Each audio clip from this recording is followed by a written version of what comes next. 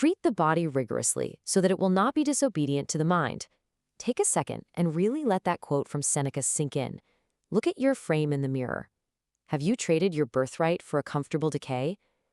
Modern culture has built this cage of soft cushions, whispering the absolute lie that you're enough just as you are, as you slowly rot. But your soft edges, they don't lie. They're the physical ledger of your daily compromises. Well, today, we're ending that compromise. Welcome to this explainer. We aren't here to talk about easy fitness or comfortable routines. We're here to dissect a dark, uncompromising biomechanical blueprint to forging massive arms and an undeniable V-aper, using literally nothing but your own body weight and the environment around you. This is about building a fortress right where your weakness used to live. Let's dive in. Section 1. The cost of comfort. We have to address the cost of comfort first. Peace has cost you your strength. You are in very real danger of living a life so comfortable and so soft that you'll die without ever realizing your true physical potential. The modern world wants you passive, seated, and weak. But your physical decay? That's a choice you make every single morning. It's a fundamental truth. Discomfort means you're on the right track. If you aren't pushing yourself through pain and difficulty, you're leaving your potential on the table. To grow, you've got to wage a campaign of hostile architecture against your own body. You must intentionally create an environment of intense friction and heavy mechanical loads. There is absolutely no room for complacency here. Section 2. The sovereign geometry. Let's move from philosophical rebellion to the cold, undeniable mathematics of physical aesthetics. The visual appeal of the male torso isn't random. It's governed by a sovereign geometry that commands absolute respect. 1.618. This is the Adonis Index, derived directly from the ancient golden ratio. What this number dictates is that the perfect, classically aesthetic V-taper is achieved when your shoulder circumference is exactly 1.618 times the circumference of your waist. It's a highly calibrated visual illusion of power. If your ratio is off, you must ruthlessly overbuild the upper frame while violently shrinking the midsection. So the crucial point is knowing exactly what to attack. These are the anatomical targets we're going to isolate and destroy to force this golden ratio into reality.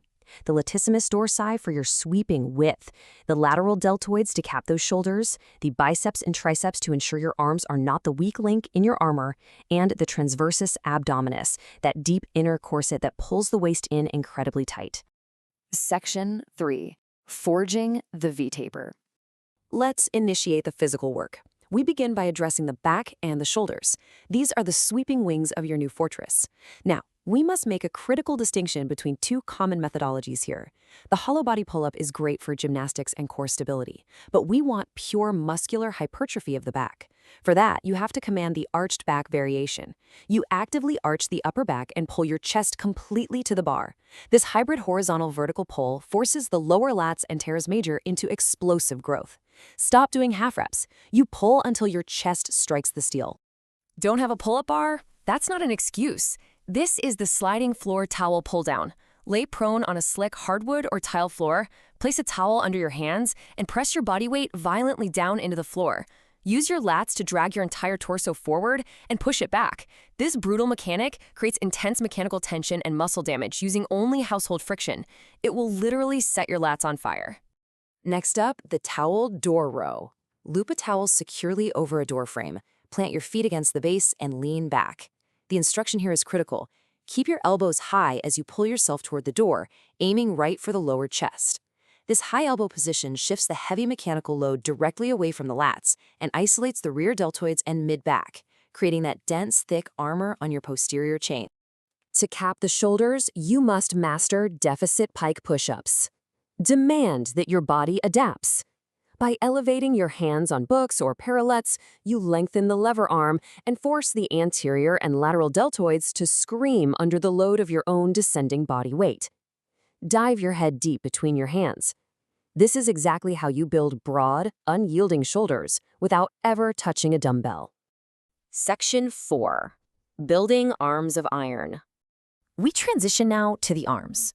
There's a persistent myth out there that compound movements like pull-ups and push-ups alone are enough to forge massive biceps and triceps. The reality? They aren't. If you ignore direct isolation, your arms are going to become the weak link in your physique. So introduce yourself to the pelican curl. This is the ultimate humbling finisher. Grab rings or straps and lower your body forward until your arms are extended straight out behind you. Then curl your body back up, making sure your elbows stay locked behind your torso. This violently stretches the distal tendon under a heavy load. It places extreme tension on the muscle and builds a bulletproof towering bicep peak. Respect this movement. It breaks you quietly. For the triceps, which make up a massive 2/3 of your arm mass, we use the bodyweight tricep extension. Place your hands on a low bar or a stable chair, walk your feet back, and lower your head under your hands by bending only at the elbows. I'm warning you right now, do not drop your hips. If you drop your hips, you cheat the grueling range of motion required to force those triceps to grow. Keep the core rigid like iron. And you absolutely must lock in the diamond push-ups. Keep your hands close, index fingers and thumbs touching. This heavily thickens the lateral arm profile. It requires pure discipline and relentless repetition. If your arms are shaking, let them shake.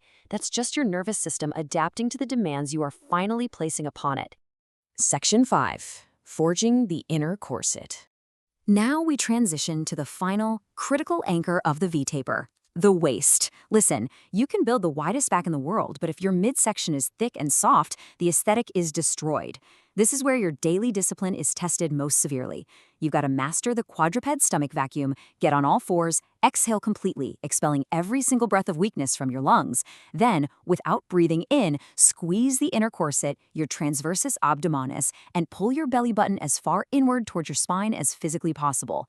Hold it there.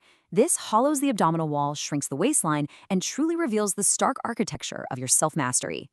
But let me be absolutely clear about this. You cannot out-train a soft, undisciplined diet. The V-taper has a strict nutrition mandate. You must maintain a relentless caloric deficit to strip away that insulating layer of fat. You must maintain high protein intake to repair the muscle you just tore apart in the forge. And you must apply brutal consistency. The geometry is already there beneath the surface. Your diet is what finally reveals it.